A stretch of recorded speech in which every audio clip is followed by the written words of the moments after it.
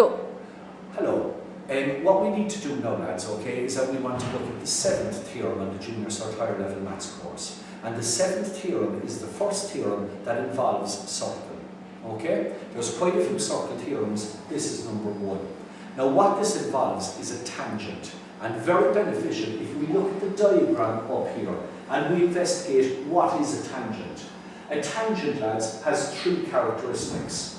Number 1, a tangent is a straight line. L is a straight line, so that's correct. Number 2, the line or the tangent must be perpendicular to the diameter, and that is the case in this case. We're given a line that's perpendicular to the diameter. Okay, so that's correct. The third characteristic is that the tangent touches a circle at only one point. Okay, it doesn't cut through the circle, it touches it at only one point. Now that is the challenge for us in this theorem, that we want to prove, okay, we know L is perpendicular to the diameter. We know L is a straight line. What we want to prove, okay, is that L touches that circle at point B and only point B, that it doesn't touch it at another point as well. And if we can prove that, then we can say for certain that L is a tangent to the circle. Now, let's look at what we're given in the diagram. We're given the circle with centre W. We're given the diameter FB, okay, which touches line L at point B. And we're given the fact that the diameter FB is perpendicular to L. Now, please be careful there. 3 things we have got to include all 3. Circle with centre W, diameter FB, and line L, which touches at point B and is perpendicular to the diameter FB. Now please be careful, but it's very easy to leave one of those out. We want to prove that line L is a tangent to the circle.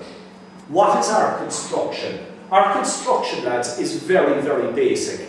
Basically what it is that we pick any other point on line L and join that point, in this case point C, join that to the centre L.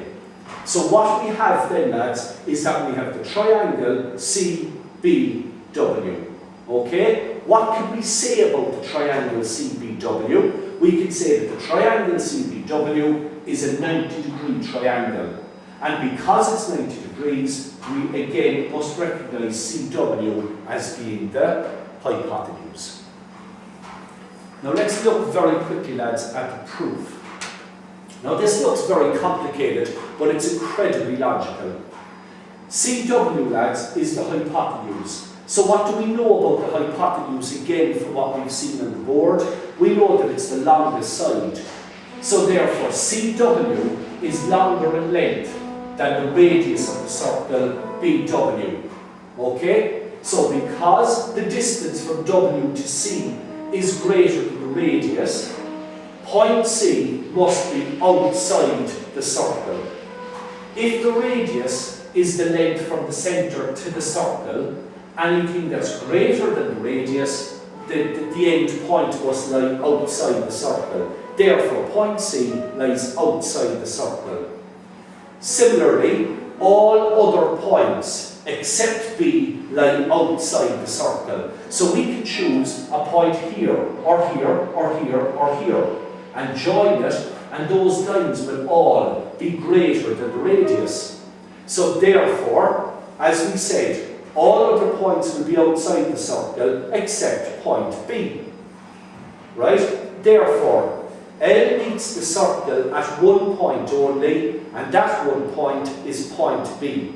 So now we're after showing that not only is L a straight line, not only is it perpendicular to the diameter, but thirdly and finally, it touches the circle at only one point, point B. Therefore, L is a tangent to the circle, so we're after proving the theorem that if a line passes through a point on a circle and is perpendicular to the diameter at that point, then the line is proved to be a tangent to the circle at that point. Any questions, please, from anybody? Thank you.